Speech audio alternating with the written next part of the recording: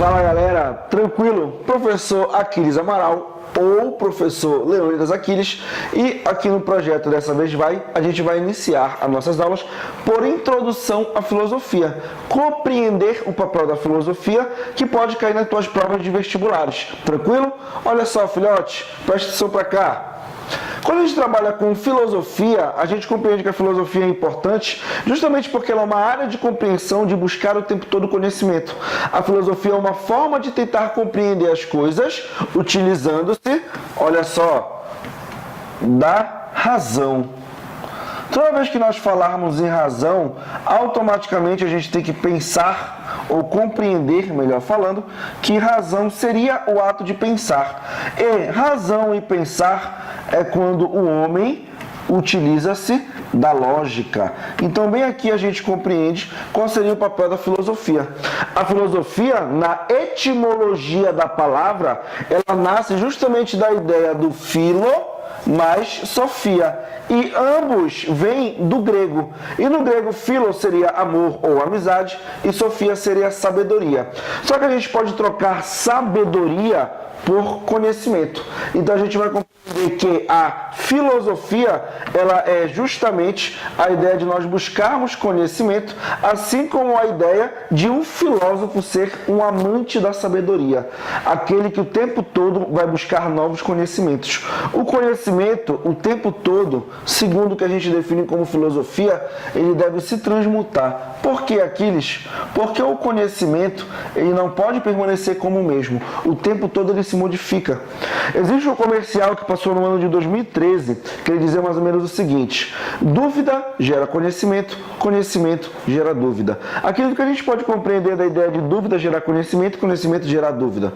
Quanto mais dúvida nós temos e mais buscamos querer responder nossas dúvidas, mais conhecimento geramos. E quanto mais conhecimento geramos, mais dúvida nós vamos ter. Vou usar um exemplo com vocês para a gente poder compreender isso melhor. Vamos dizer que a gente consiga ressuscitar, metaforicamente falando, óbvio, um médico que clinicava a medicina em 1700. E vamos dizer que 319 anos depois, a gente conseguiu ressuscitar esse médico. Ok. Responde comigo. Esse médico, ele vai conseguir clinicar a mesma medicina da época em qual ele era vivo? Não. Por quê? Porque a gente pode compreender que a medicina se modificou, que existem novas tecnologias dentro da medicina, que existem novas formas de se ver a medicina, que existem novas doenças, existem novos tratamentos, já existe uma coisa hoje em dia chamada vacina, que não deixa nem a doença chegar no seu corpo. Enfim, tu compreende que houve uma modificação. Existe uma música de um grande compositor brasileiro chamado Raul Seixas, que ele define que ele prefere ser uma metamorfose ambulante do que ter aquela velha opinião formada sobre tudo. Aquilo que seria a ideia de ter aquela velha opinião formada sobre tudo seria aquilo que nós chamamos de senso comum. O senso comum é um conhecimento do dia a dia que é repassado, mas que ele é raso. Ele é geralmente um argumento que ele tenta ser lógico, mas ele acaba sendo ilógico. Vamos usar um exemplo que todo o Brasil a gente conhece para a gente poder compreender isso. Olha só, vamos dizer que a gente conhece duas pessoas que seriam o João e o Francisco. O João, em determinado dia na sua vida, estava sentado na frente da sua casa, lá na sua cadeira de balanço, e João foi comer uma manga e depois ele tomou um copo de leite. Quando João comeu uma manga e depois tomou um copo de leite, ele acabou falecendo. Francisco, que morava na casa bem à frente, quando viu João tomando um copo de leite e comendo uma manga e morrendo, automaticamente ligou a ideia de que se você comer uma manga e tomar um copo de leite, a pessoa automaticamente morre.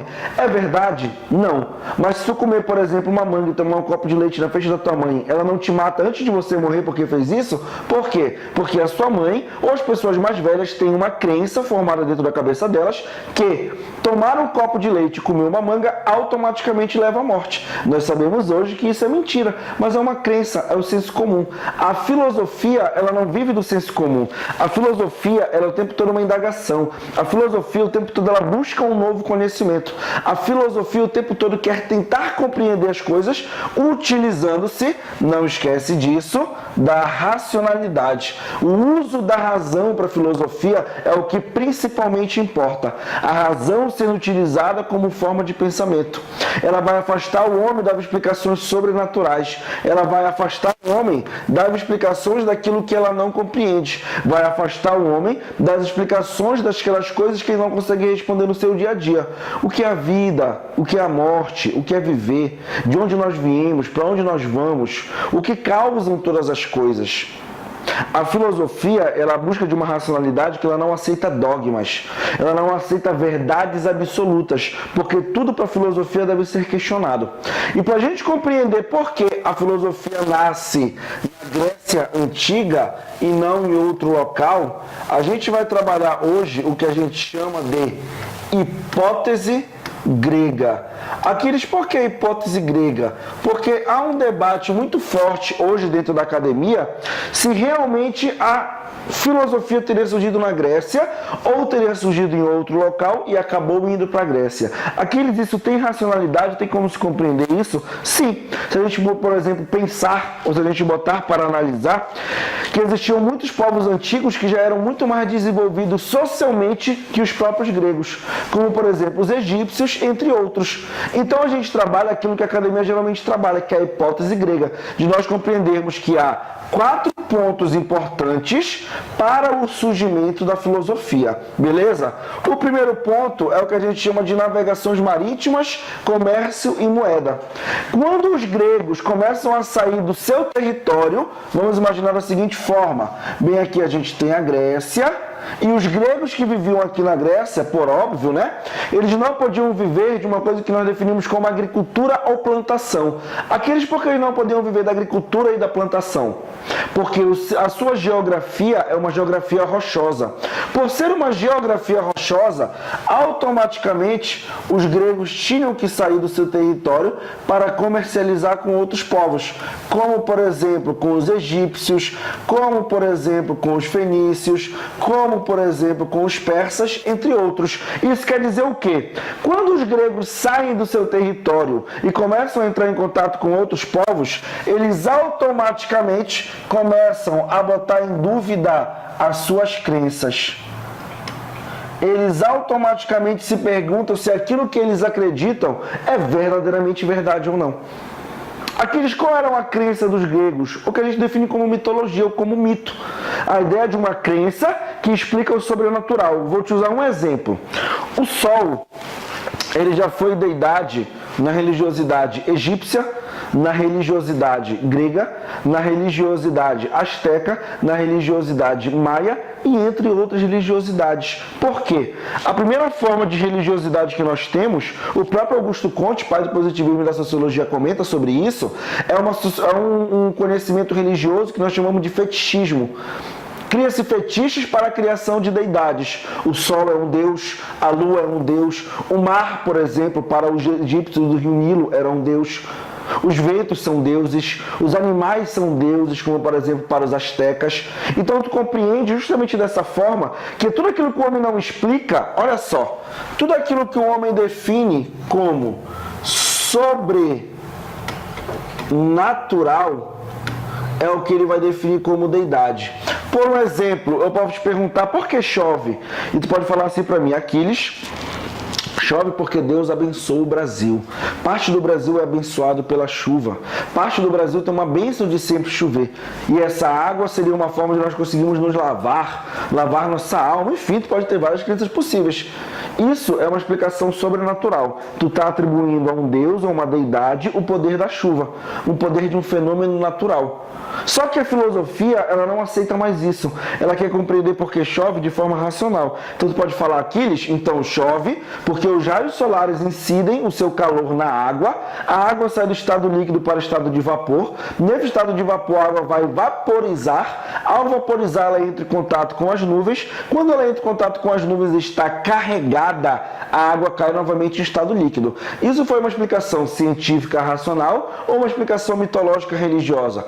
Óbvio que científica racional, correto? Então aí nós compreendemos que os gregos, olha só, quando eles saem do seu território e entram em contato com outros povos, as primeiras coisas que eles vão botar em dúvida são o seu conhecimento mitológico. São aquilo que eles definem como um conhecimento verdadeiro. Vamos usar alguns exemplos para a gente poder compreender isso melhor, tá beleza? Para a gente entender como funciona o mito para o homem grego. Olha o que eu botei aqui para vocês. Mito seria um grupo de contos e histórias de determinados povos para explicarem, bem aqui, o seu dia a dia, os acontecimentos e fatos daquilo que racionalmente, olha só a palavrinha aqui, não pode ser compreendido. Então, bem aqui a gente conseguiu compreender que a mitologia é uma forma de tentar explicar coisas que eu não consigo. O que é a vida? De onde nós viemos? Quem somos? O que são as coisas e quais as suas origens? A mitologia tenta explicar tudo isso através do sobrenatural. Um exemplo que a gente pode utilizar, nós que moramos, por exemplo, aqui no Brasil. Aqui no Brasil a gente não tem uma crença mitológica. Aqui no Brasil a gente tem uma crença em cima das lendas. Acredita-se nos interiores que em dia de festa sai da água um animal transmutado. E esse animal transmutado, ele deixa de ser um boto e se transforma em um homem.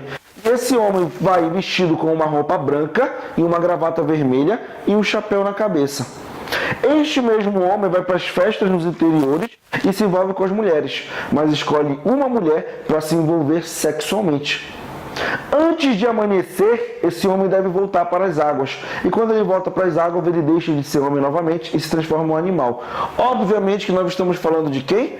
Da lenda do boto. E aqueles, o que representa a lenda do boto? A gente pode entender da seguinte forma. A lenda do boto representa as mulheres que engravidam no interior, mas que nós não sabemos quem é o pai.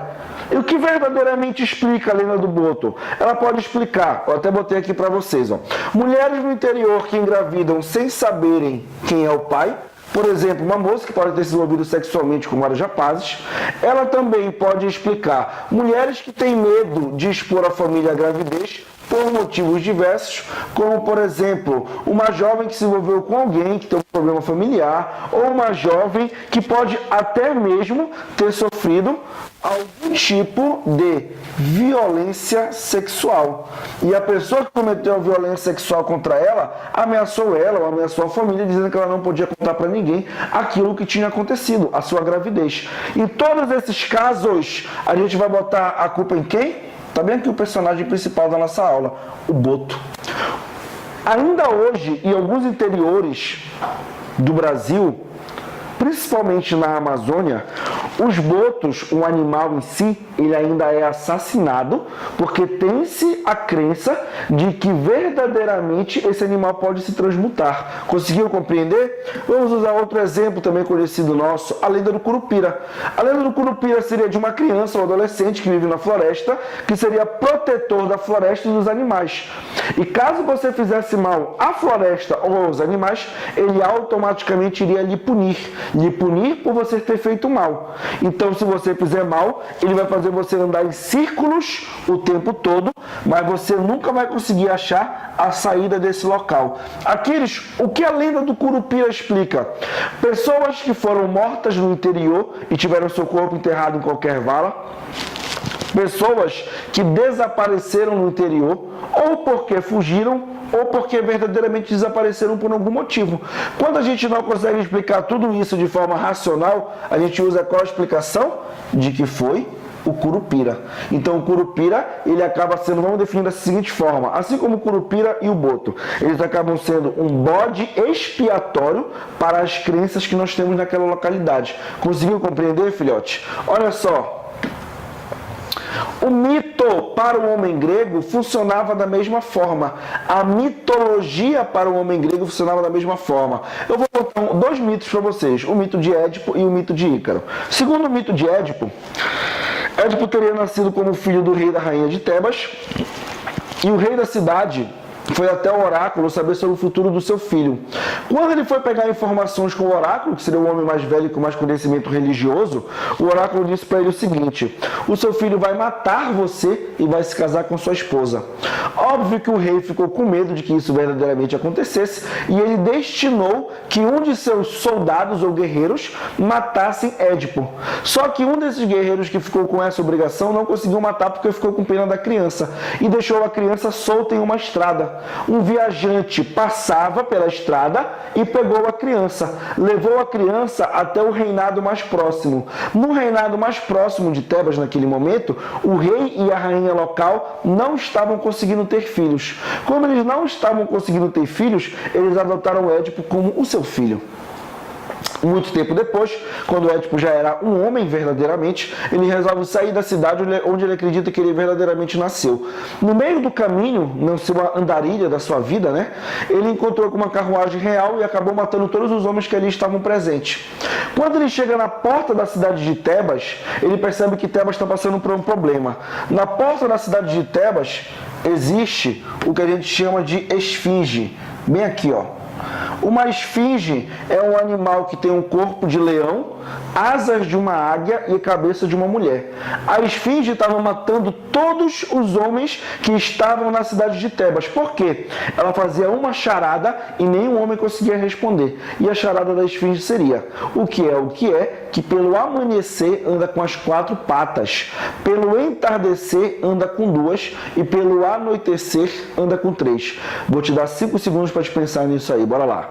1, 2, 3, 4, 5. Conseguiu responder comigo? Conseguiu, não foi? Tu respondeu que foi o homem, correto? Perfeito. Já sabia que tu conhecia essa charada. Olha só. O homem, quando criança, ele não anda engatinhando? 4. O homem, quando adulto, ele não usa apenas as pernas? 2. Mas o homem, quando está mais velho, não pode utilizar de uma bengala? 3. Conseguiu compreender? Então, Édipo conseguiu afastar a esfinge da cidade de Tebas e a rainha da cidade de Tebas tinha oferecido a sua mão em casamento, assim como o reinado da cidade para quem tirasse a esfinge de lá. Então, Édipo chega na cidade e casa-se com a rainha e se torna rei da cidade de Tebas. Ao momento que ele se torna rei da cidade de Tebas, ele automaticamente vive ali, obviamente, como aquele que deve comandar o Estado. E por muito tempo Tebas fica prosperando. Só que, por determinado período, Tebas vai começar a entrar em desgraça. Ou aquilo que no mundo antigo utilizava-se muito como exemplo, Tebas começa a entrar em praga. Várias pragas começam a aparecer em Tebas. Édipo, como rei local, aquele que tem que resolver os problemas do que estão acontecendo ou do que está acontecendo, ele vai até o oráculo. E quando ele chega para conversar com o oráculo diz para ele que aquilo que estava traçado para o seu destino verdadeiramente aconteceu. Ele matou o seu pai, a carruagem real que estava no caminho antes dele chegar em Tebas, e casou-se com a sua mãe. Nesse momento, Édipo entra em desgraça. E quando Édipo entra em desgraça, a primeira coisa que ele faz é retirar os seus olhos e sair vagando pelo mundo com uma de suas filhas. Acredita-se que até hoje Édipo está a andar pelo mundo para achar respostas para os problemas daquilo que tinha acontecido. Conseguiu compreender? Agora, o que tu tem que entender daqui? O que é o principal? Aquilo que está traçado para você sempre vai acontecer. O mito de Édipo, ele é um mito determinista, é um mito fatalista. Aquilo que está traçado vai acontecer. Não adianta você tentar mudar o seu caminho, porque até quando você tenta mudar o seu caminho, aquela mudança já era prevista. Tranquilo? Bora falar de outro mito rapidinho, para a gente compreender bem isso que eu estou falando com vocês, beleza? E os vestibulares cobram bastante essa ideia de mito ou de mitologia. Olha só, jovem, o mito de Ícaro é a ideia de que Ícaro e Dédalo teriam sido presos na cidade de Corintos, acusados de terem soltado o Minotauro. Por terem sido acusados de soltar o Minotauro, Dédalo, vou apontar ele bem aqui para vocês, pai de Ícaro, vou apontar Ícaro bem aqui para vocês, teria dito que ele conseguiria construir para ambos um par de asas, formado por madeira, por cera e por pena. Só que, olha só, segundo Dédalo, eles não podiam voar tão alto porque eles entrariam em contato com o sol. Eles não poderiam voar tão baixo porque eles entrariam em contato com o mar. Então o voo teria que ser feito de uma forma mediana. Ícaro se encanta com a ideia de achar que ele é o único homem, junto com o seu pai, que pode voar. E cada vez ele quer voar mais alto, mais alto, mais alto. Só que quanto mais alto o Ícaro voa, mais próximo do Sol ele fica. E ele chega tão próximo ao Sol, ele chega tão perto do Sol, que o seu par de asas começa a derreter e pegar fogo. Quando o seu par de asas começa a derreter e pegar fogo, Ícaro entra em uma queda livre. E nessa queda livre, Ícaro entra em contato com o mar. Ao entrar em contato com o mar, Ícaro acaba desfalecendo. Aquilo que a gente pode entender do mito de Ícaro, 3 coisas. Primeiro, obedece às leis locais do local onde você está. Eles não estavam presos e não fugiram da prisão. Segundo, obedeça a ordens de pai e mãe. O pai de Ícaro não falou para ele não voar tão alto, ele não desobedeceu a ordem de seu pai. E terceiro, você não é melhor que ninguém, por isso não deve voar tão alto. Você não é pior que ninguém, por isso você não deve voar tão baixo. Conseguiu compreender? Então a mitologia é uma forma de eu conseguir explicar tudo aquilo que pode acontecer. E dizer, olha, quando você não obedece pai e mãe, você viu o que acontece com Ícaro? Pois é, pode acontecer também com você. Tá beleza? Olha só, jovem. O surgimento da ágora, ela é importante para o mundo grego antigo, justamente porque, compreende comigo, as ágoras também são conhecidas como praças públicas. Olha o S bem aqui, praças públicas. E nas praças públicas, os gregos se reuniam para debater. Aqui eles debatiam sobre o quê? Sobre filosofia, sobre política, sobre astronomia e sobre matemática. Beleza? Então compreende comigo a seguinte ideia. Os homens gregos iam para as ágoras ou praças públicas para debater. Debater sobre filosofia, política, astronomia e matemática, assim como outros assuntos também. O que é importante tu entender daqui, jovem? Não eram todos os homens gregos que iam para esse local. Eram apenas os homens gregos, vou até trocar a cor para te poder perceber isso melhor, que tinham posses, ou os homens gregos, que nós vamos definir como os homens livres. Porque só esses homens iam para esses locais. Porque eram esses homens que viviam do ócio ou da ociosidade. Aqueles o que é o ócio ou a ociosidade. Entende da seguinte forma, essa é até uma definição do professor Leandro Carnal. O ócio ou a ociosidade é um nada fazer que seja produtivo.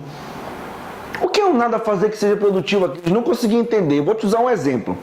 Quando eu passo o dia todo fora de casa trabalhando, dando aula, nos locais onde trabalho, quando chego em casa à noite, sabe o que eu faço? Eu sento no sofá da minha sala e fico ali uns 5, 10 minutos pensando na vida.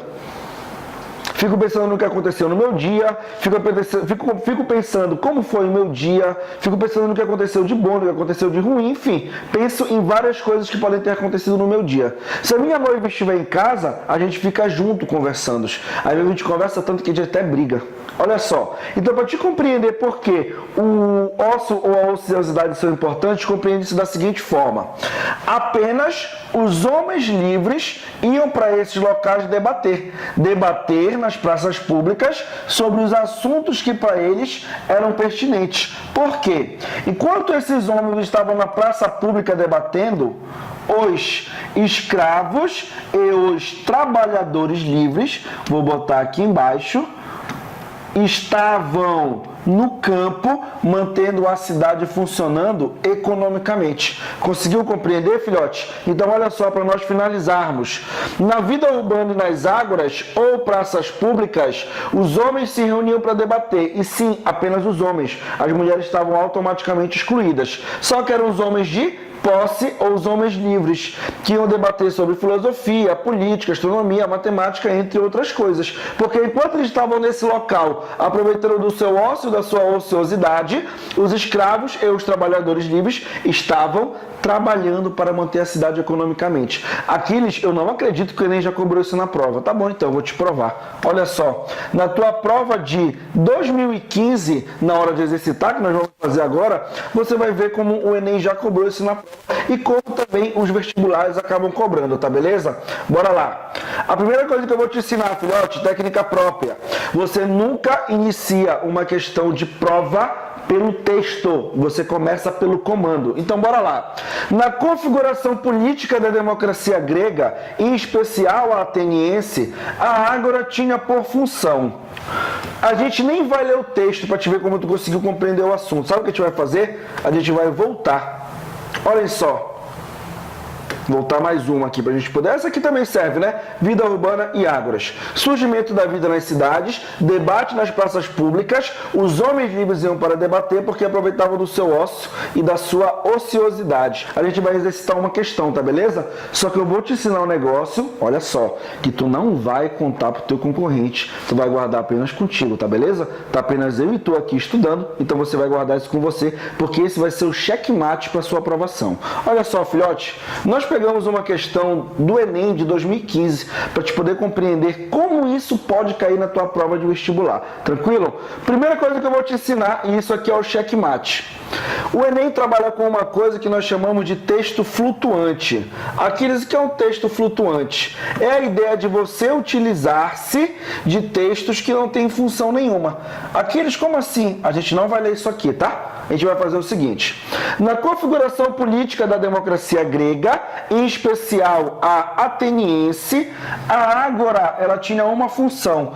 Ainda agora nós não trabalhamos qual era a função da ágora, um local de debate para constituir e deliberar sobre as coisas que funcionam na cidade e debater sobre variados assuntos? Sim. Então bora compreender daqui para baixo. Vamos ver as assertivas. Aqui a gente não vai ler o texto? Não, porque tu já sabe o que é uma ágora, então tu não precisa ler o texto, tá beleza? Olha só, letra A diz o seguinte: agregar os cidadãos em torno dos reis que governavam. Olha como está errado. Nesse momento a Grécia não era democrática, então não era governada por um rei, tá beleza? Compreendemos então o primeiro erro. Segundo, permitir aos homens livres acesso às decisões do Estado expostas por seus magistrados. Em algum momento eu comentei isso com vocês? Não. Então a gente percebe que a letra B também está errada. Vamos para a letra C. Constituir um lugar onde o corpo de cidadãos se reunia para deliberar sobre as questões da comunidade? Pensa um pouquinho contigo aí, bora ver se é a letra C. Ficou em dúvida? Então bora ler as duas últimas. Reunir os exércitos para decidir em assembleias fechadas. Mas se é um debate de homens livres feitos em uma praça é fechado, então a letra D já está errada. E a letra E, congregar a comunidade para eleger representantes com direito a pronunciar-se nas assembleias. Tá tudo errado, porque lá não era o local que se debatia. Se a gente fala de assembleias, as assembleias não são as ágoras, são locais diferentes, beleza? Por isso que a gente vai ficar com a letra C.